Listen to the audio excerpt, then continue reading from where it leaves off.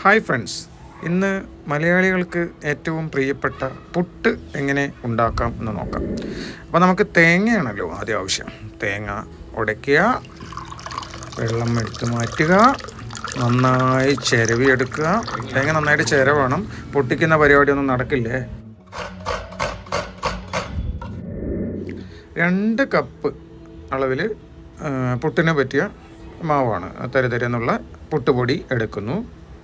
എന്നിട്ട് 1 സ്പൂണ് ഉപ്പും കൂടെ ചേർത്ത് അതിലേക്ക് ആവശ്യമായ വെള്ളം ചേർത്ത് ആദ്യം നിറയെ വെള്ളമൊഴിച്ച് കലക്കിക്കോളൂ, അല്ലെങ്കിൽ കുറച്ച് വെള്ളമൊഴിച്ച് വേണമെങ്കിലും കലക്കാം. ഞാനിവിടെ ഒരുമിച്ച് നിറയെ വെള്ളമൊഴിച്ച് കലക്കി 2 മിനിറ്റ് വെച്ച് കഴിഞ്ഞാൽ പിന്നെയും അത് ഉണങ്ങും. ഇതേ ഒഴിച്ച വെള്ളമെല്ലാം കുതിർന്ന് വീണ്ടും അത് പുട്ടുപൊടി പരുവത്തിലായി മാറി. വീണ്ടും കുറച്ച് വെള്ളം ഒഴിച്ച് നമുക്ക് ഇളക്കിയെടുക്കാം. അപ്പോൾ നമ്മുടെ പുട്ടുകുറ്റി ഇവിടെ കഴുകി വൃത്തിയാക്കി റെഡിയാക്കി വെച്ചിട്ടുണ്ട്. ഇതിലേക്ക് കുറച്ച് വെള്ളം കൂടെ ചേർത്ത് നമുക്ക് നന്നായിട്ട് ഇളക്കിയെടുത്തതിന് ശേഷം നമ്മുടെ പുട്ടുകുറ്റിയിലേക്ക് ചേർക്കാം. ശബരിമല യാത്രയ്ക്ക് പോയി വന്നാൽ പിന്നെ തൊണ്ട അടിച്ചു പോയിട്ടുണ്ട്, ക്ഷമിക്കണം. അപ്പോൾ പുട്ടുപൊടി ഇവിടെ റെഡി ആയിട്ടുണ്ട്. അപ്പം നമ്മൾ നമ്മുടെ പുട്ടുകുറ്റിയിലേക്ക് ചില്ലിട്ട ശേഷം തേങ്ങയാണ് ആദ്യം ഇടേണ്ടത്. കുറച്ച് ആവശ്യത്തിന് തേങ്ങ ഇടുക. അതിനുശേഷം നമ്മൾ സ്പൂണോ കയ്യോ എങ്ങനെയാണെന്ന് വെച്ചാൽ ഉപയോഗിച്ച് കുറച്ച് പുട്ട് കയറ്റുക, വീണ്ടും തേങ്ങ നിറയ്ക്കുക, വീണ്ടും മാവ് നിറയ്ക്കുക, അതിനുശേഷം വീണ്ടും തേങ്ങ ഇടുക. അതിനുശേഷം നമുക്ക് മൂടി വെച്ച് ചെറിയ തീയിൽ വേവിച്ചെടുക്കണം.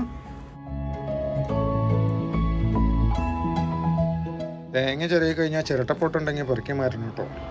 ഇത് നമ്മുടെ പുട്ടുകുറ്റിയിൽ കുറച്ച് വെള്ളം ഒഴിച്ച് അതിന് മേലേക്ക് നമ്മളിപ്പോൾ നിറച്ച് വെച്ചിരിക്കുന്ന കുറ്റി അങ്ങ് കയറ്റി വയ്ക്കുക. ഒരു 5 മിനിറ്റ് കഴിയുമ്പോൾ ആവി വരും. അപ്പം എടുക്കുക.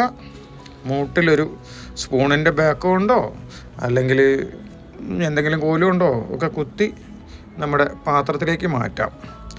അപ്പോൾ നമ്മുടെ പുട്ട് ഇവിടെ റെഡി ആയിട്ടുണ്ട്. എല്ലാവർക്കും അറിയാമെന്ന് പ്രതീക്ഷിക്കുന്നു. അറിയാത്തവർ ചെയ്തു നോക്കുക.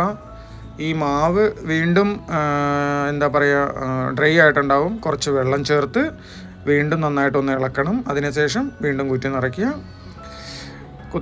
തേങ്ങയും കുത്തി നിറച്ച ശേഷം നമ്മൾ വേവിച്ചെടുക്കുക. അപ്പോൾ നമുക്ക് ആവശ്യമായ പപ്പടം കൂടെ അങ്ങ് വറുത്തെടുത്തിട്ട് നമുക്കിതിൻ്റെ കൂടെ കഴിക്കാൻ ഉപയോഗിക്കാം.